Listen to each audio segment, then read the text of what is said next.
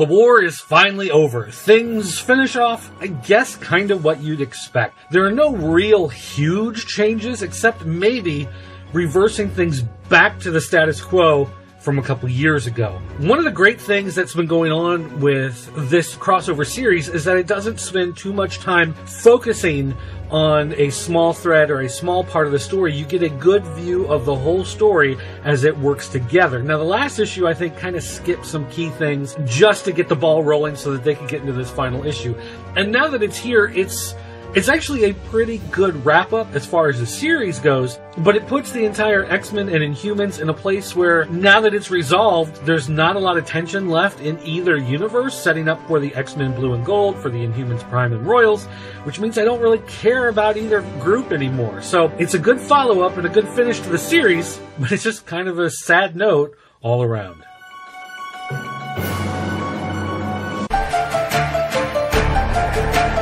$2.99 is long dead. This one jumps to $3.99 for this issue, but hey, you actually get a lot of comic stuff. First, there's the 20-page regular story, which finally reveals a secret about one of the characters that's been an ongoing subplot here in Action Comics. It's a bit of a mind bender. It's a great reveal. It's fantastic. But you also get an 18-page backup story for the extra buck. And this tells you what has been going on with this character and their history and their backup and everything so that you can get up to speed on what's been going on. So, for everybody who's been dying to get some reveals, you get it. And for people looking for a long-lost character of the DC Universe in Rebirth, you get that too. It's a big part of the Superman mythos that returns, and it's a lot of fun. And it's only an extra $1 for what amounts to almost an entirely extra comic. This is a must-read this week.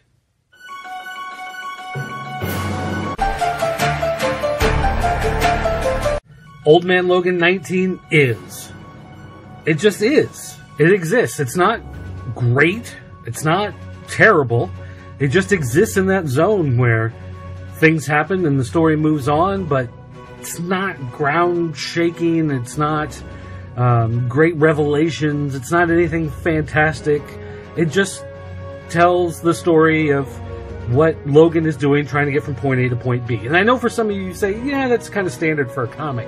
And maybe it is. For a lot of books on the stands, that might be a step up. But for Old Man Logan, it's kind of a step down. Just in the fact that it's not amazing. It doesn't blow you away, which is something the series has been known for. So, with that said, it is a little bit of a downer. And the artwork is not as fantastic as it usually is. So, it's not horrible, but it's not great. It just is.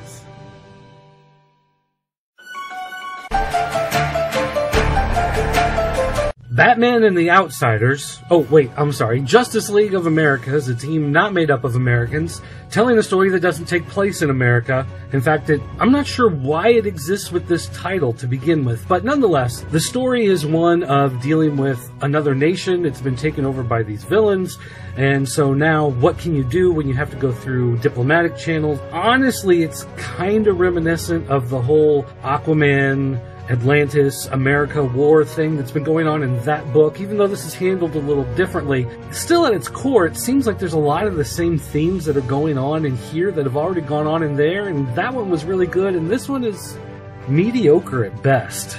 The confusing title, the bad cast of characters, the storyline that, well, it's been done many times before and many times a lot better. So, can't recommend this book. In fact, after this arc, I'm probably dropping the book from my pull list.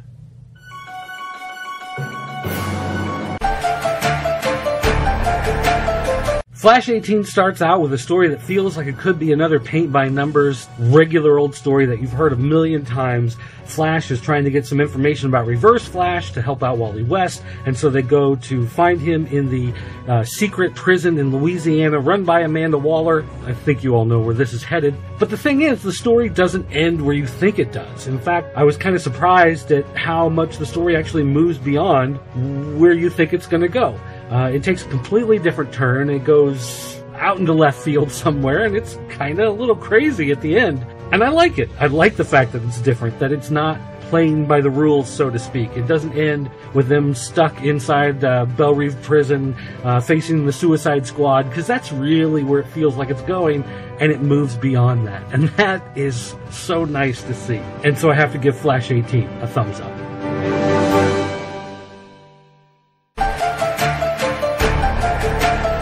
This incarnation of Nova came out of nowhere, it seems like, compared to the last series, and the first thing it did was set off for these huge space adventures. So now, what do? We're 4 issues in, and they decide to slow things down, bring it back to Earth, tell a little more human side of the story. And while it does slow down, and it does do things that are a little more, I guess you could say, slice of life, normal stuff, it does put enough in there to remind you of the ongoing subplots, about some of the different characters involved and some of the different mysteries we've seen going on in the Nova series so far. While I might normally be inclined to say I'm a little disappointed when they do these slower type stories, there's enough of a setup for things to come that I feel like there's still stuff happening in this book.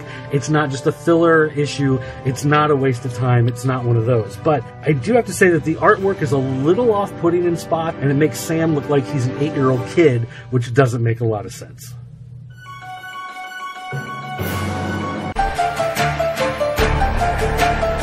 I'm sure that somewhere out there are Power Ranger purists who can point out every problem, every inconsistency that's going on in this current series. Maybe the Zords aren't quite right, or the way their powers are manifested isn't exactly true to the TV show, or whatever. But I can say, as someone who watched the show back in the 90s and never really went back to revisit it, I remember enough that this works for me. It makes sense. The Justice League we have here is a different incarnation than the one that's currently in the DC Comics. So you know this takes somewhere else in continuity as its home instead of the current Rebirth universe. So with all of that being said, everything kind of mishmashed together here in order to make this crossover, for me it worked. And for my son, it works for him too. He's 12. He just discovered Power Rangers a couple years ago. For him, it's perfect. For me, it's perfect. So if you're not going to get bogged down in every little inconsistency, then you're probably going to enjoy this book.